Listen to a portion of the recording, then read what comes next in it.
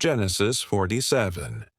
Joseph went and told Pharaoh, "My father and brothers with their flocks and herds and everything they own have come from the land of Canaan and are now in Goshen." He chose 5 of his brothers and presented them before Pharaoh. Pharaoh asked the brothers, "What is your occupation?"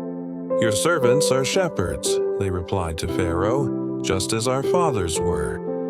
They also said to him, "We have come to live here for a while because the famine is severe in Canaan and your servants' flocks have no pasture.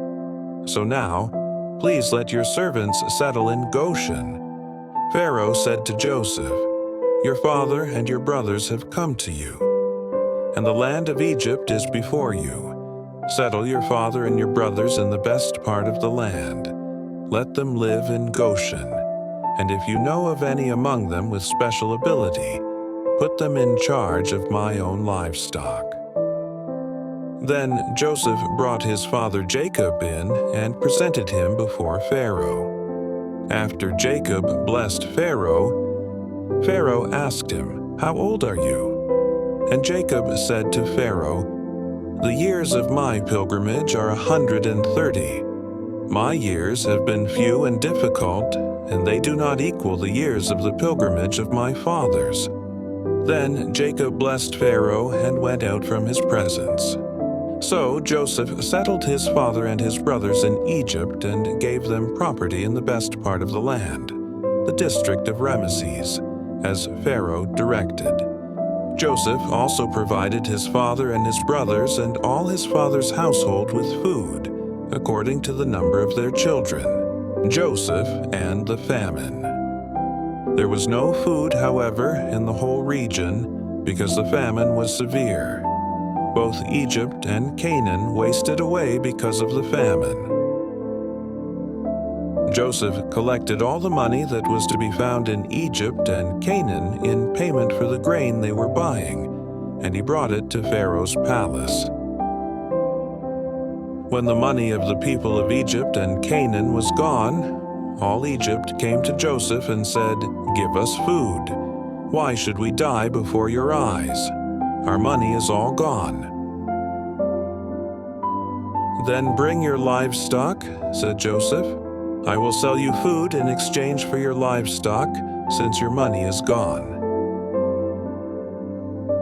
So they brought their livestock to Joseph, and he gave them food in exchange for their horses, their sheep and goats, their cattle and donkeys. And he brought them through that year with food in exchange for all their livestock. When that year was over, they came to him the following year and said, "We cannot hide from our Lord the fact that since our money is gone and our livestock belongs to you, there is nothing left for our Lord except our bodies and our land. Why should we perish before your eyes? We and our land as well.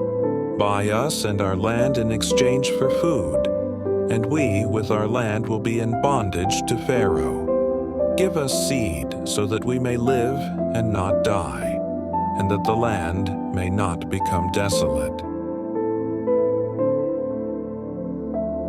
So Joseph bought all the land in Egypt for Pharaoh.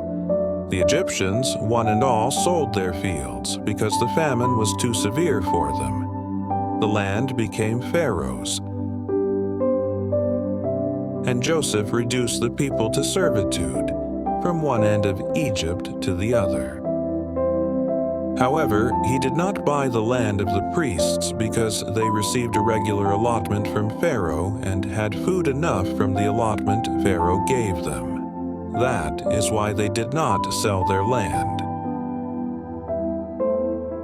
Joseph said to the people, "Now that I have bought you and your land today for Pharaoh, here is seed for you so you can plant the ground. But when the crop comes in, give 1/5 of it to Pharaoh. The other 4/5 you may keep as seed for the fields and as food for yourselves and your households and your children." "You have saved our lives," they said. May we find favor in the eyes of our Lord. We will be in bondage to Pharaoh."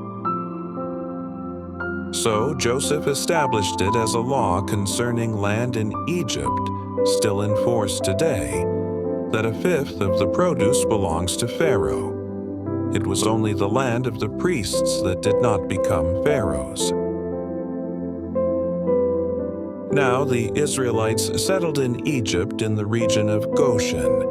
They acquired property there and were fruitful and increased greatly in number. Jacob lived in Egypt 17 years, and the years of his life were 147. When the time drew near for Israel to die, he called for his son Joseph and said to him, "If I have found favor in your eyes, put your hand under my thigh and promise that you will show me kindness and faithfulness. Do not bury me in Egypt, but when I rest with my fathers, carry me out of Egypt and bury me where they are buried."